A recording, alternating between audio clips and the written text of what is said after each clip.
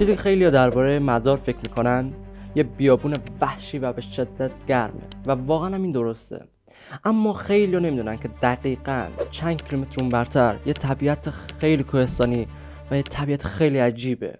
من قبل رفتنم نمیدونستم که چه چیزایی قراره ببینم، از یه روستای متفاوت، پی دستشویی متفاوت و جالبترین قسمت این ویدیو یعنی دروازه شهر متفاوت، دروازه شهر چوسان قدیم. البته نشون میکنم و اگه میخواین اتفاقات عجیب رو از دست ندی بزن بریم. آقا بریم به سمت اولای مزار.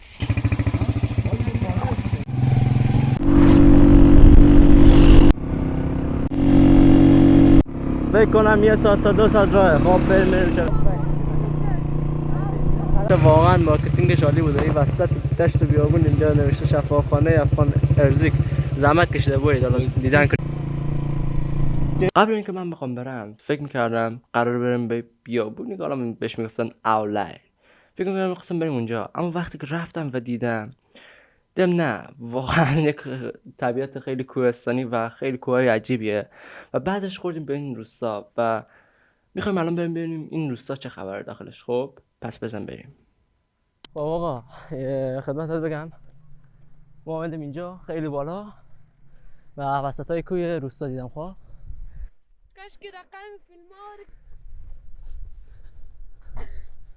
اینجا میماشه قریه سیاد، تنگی شادیان از عرفا، خانه پگیلی و سنگی.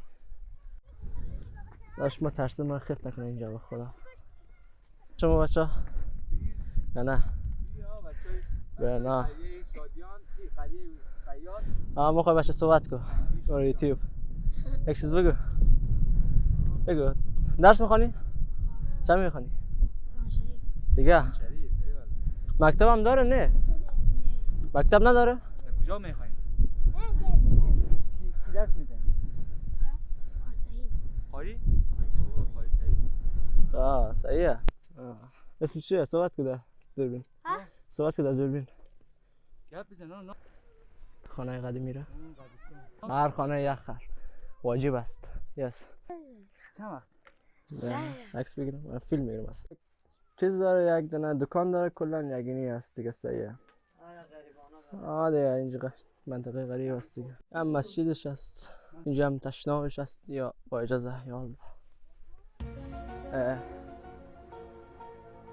البته چجوری هست اینجا برای شماره 1 میموشه، شماره 2 نمیدونم کجا میموشه. و واقعا یکی از جالب ترین قسمت های ویدیو همینجاست. نمیدونم واقعا دستشویی شماره 1 رو فقط اینجا انجام باید بدی و دستشویی شماره 2 رو نمیدونم باید کجا بری و به احتمال زیاد خودت میدونی دیگه باید. اما آب چشمه است دیگه، چاما ندارد دیگه. میای یک آب چشمه میای اینجا در مسجد یا بیام زمین فوتبال بارسلونا میموشه داداش. من یک دفعه چه میکنی؟ موتورسیکل کس خانچه آمدیم. موتورسیکل عموی من اونو بچه‌شه اونجا 6 تا موتورسیکل به باش شدن دوز نمونه. اول گریه کردی مسافرخانه 100 سال پیش. البته الان هم هست مسافرخانه. خب برای اینکه ویدیو طولانی نشه و خسته کننده نشه دیگه ما ویدیو رو کم کوتاه کردم و اینجا گذاشتم در مورد روستا و چیزی اضافه زیادی در موردش نبود و الان میخوایم راه بیافتیم بریم به سمت دروازه شهر. اول رفیقای خوش سلام. جدی کوههای بالی صخره‌ای اصلا. ما امروز مهدی جعفری بلد اونش نمیگم. ما خواهم از اینجا برم بالا. خب فهمیدین ما میگم یک ورزشکارم. خب از اینجا میخوام برم بالا.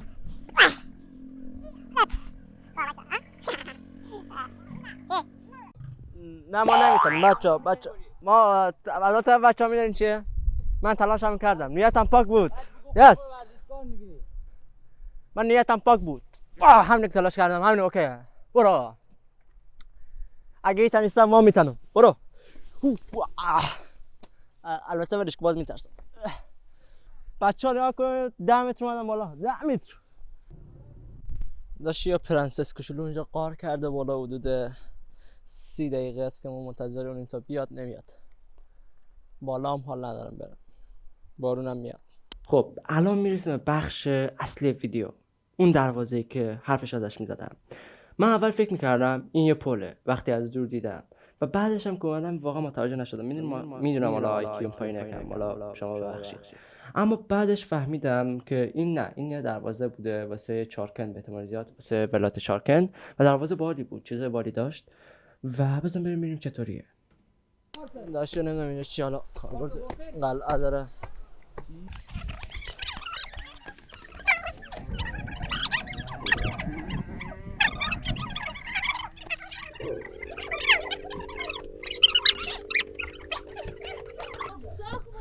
آجی اینجا کجایا؟ اوه یعنی اینجوری آقا خیلی بال بود.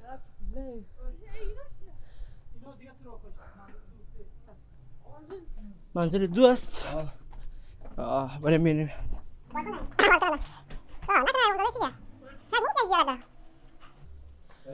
اینجا پای خود هایل اینجا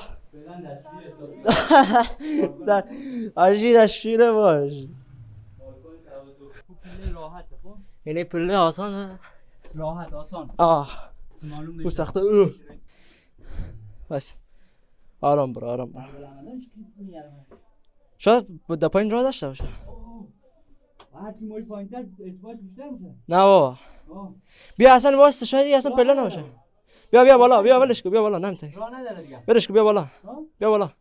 حالا اینجا رو من نمیدونم دقیقاً چی بود خب، ولی الان حدس میزنم به خاطر اینکه اون شاید یک نفر اون پایین بره و تیرانداز از اینجا مثلا تیر بزنه، یا شاید هم همین باشه، شاید هم میخواست پله که نیست. دقیقاً کاربرد اینجا رو نمیدونم. و پله‌هاش هم 1 متر 2 متر بود همینجوری پایینی و رفتنش هم خیلی سخت بود.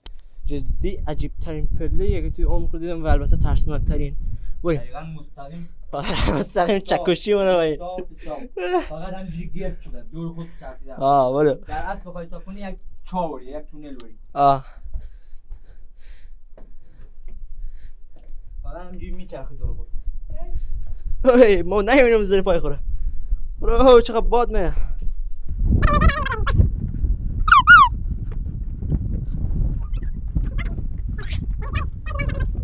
دروازه شهر هنگ کنگ در زمان جمهوری، البته نمیدونم جمهوری هنگ کنگ بوده یا سئول. ببین خدا. چه لایک میکنه. آره داش. نه اون رو ما نمی‌خواستم بگم، فقط گفتم. آره. داش یا بارون میزنه. نباید بگی با خودش باید لایک کنه. آره بارون میزنه. آره. بگی فایده نداره اصلا. چرت و پرت میگه بابا ولش کن. آره تو درست کنی. اوکی. آره چرت و پرت میگه بابا ولش کن. بارون میزنه. خب بچه‌ها اینم از این ویدیو. و اینکه جای والی بود، واقعا رفته بودیم و بعد مدت ها، یعنی بعد یه 7-8 ماهی من بالاخره یه مسافرت رفتم و این سفر رو کردیم. واقعا هم خوش گذشت. اون روز هوا هم یکم بارانی بود و اونقدر گرمم نبود، اونقدر سردم نبود. و اینکه آره دیگه، اگه از این سبک ویدیو خوشت میاد تو کامنت برام بنویس، 100% باز درست میکنیم در مورد هر جای افغانستان. و در آخر زنده باد افغانستان.